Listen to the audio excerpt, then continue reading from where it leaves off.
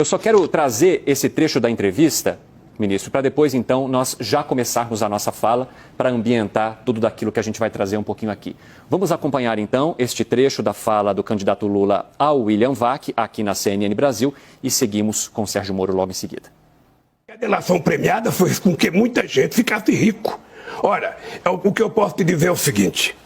Sabe, o processo de investigação poderia ter sido mais sério se o juiz não fosse o pilantra que foi, se não transformasse a Lava Jato numa questão política, para me proibir de ser candidato a presidente da República, para tentar me condenar. Ou seja, o tempo inteiro, eu tive 358, ou seja, pessoas que prestaram depoimento, eu tive 26 processos, foram todos, eu fui absolvido em todos, fui absolvido pela Suprema Corte, fui absolvido na ONU, na primeira e na segunda instância, ou seja, eu sou um cidadão livre, embora pelo fato das pessoas terem passado 5 anos acreditando na mentira, as pessoas não querem reconhecer. Então, eu estou muito tranquilo que nós vamos continuar combatendo a corrupção, nós vamos continuar dizendo para as pessoas que esse país não comporta efetivamente que a pessoa cometa crime que não seja punido. Ministro, o candidato Lula, do PT, menciona mais de uma vez que esta operação foi uma mentira, numa tentativa de tirá-lo do páreo das eleições. Eu gostaria que o senhor primeiro comentasse a sua visão sobre o que foi dito, então, pelo candidato Lula ao William Vac. Boa noite. Boa noite. Primeiro, boa noite a todos. Eu queria agradecer a oportunidade de ter esse direito de resposta, porque fui citado, fui, inclusive, ofendido. O que a gente tem que deixar muito claramente aqui, inicialmente, é que o ex-presidente Lula mente, ele está sendo mentiroso. Porque, primeiro, ele não foi absolvido e nem inocentado. Isso é muito claro. Eu proferi uma sentença contra ele, como juiz, aplicando a lei, e o condenei por corrupção e lavagem. Outra mentira dele, ele coloca como se tivesse sido eu apenas que tenha praticado esse ato. Mas a minha sentença foi confirmada pelo tribunal em Porto Alegre, por outros 3 magistrados profissionais, que confirmaram a condenação dele por corrupção e lavagem de dinheiro.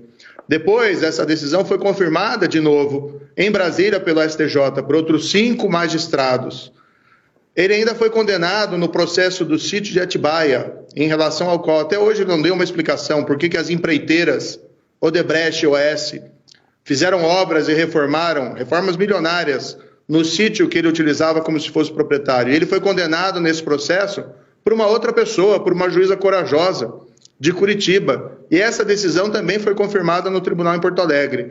Então não fui eu apenas, foram vários juízes que o condenaram, que viram as provas e o reputaram culpado. Depois houve anulação, 3 anos depois, pelo Supremo Tribunal Federal, num julgamento que eu reputo um grande erro judiciário do Supremo Tribunal Federal, mas ainda assim o próprio Supremo Tribunal Federal jamais disse que o presidente era inocente ou o absolveu no mérito das acusações. Então pende sobre o Lula, sobre o candidato, uma nuvem negra, que são as condenações e as provas da corrupção na Petrobras durante o governo dele, que ele não explicou.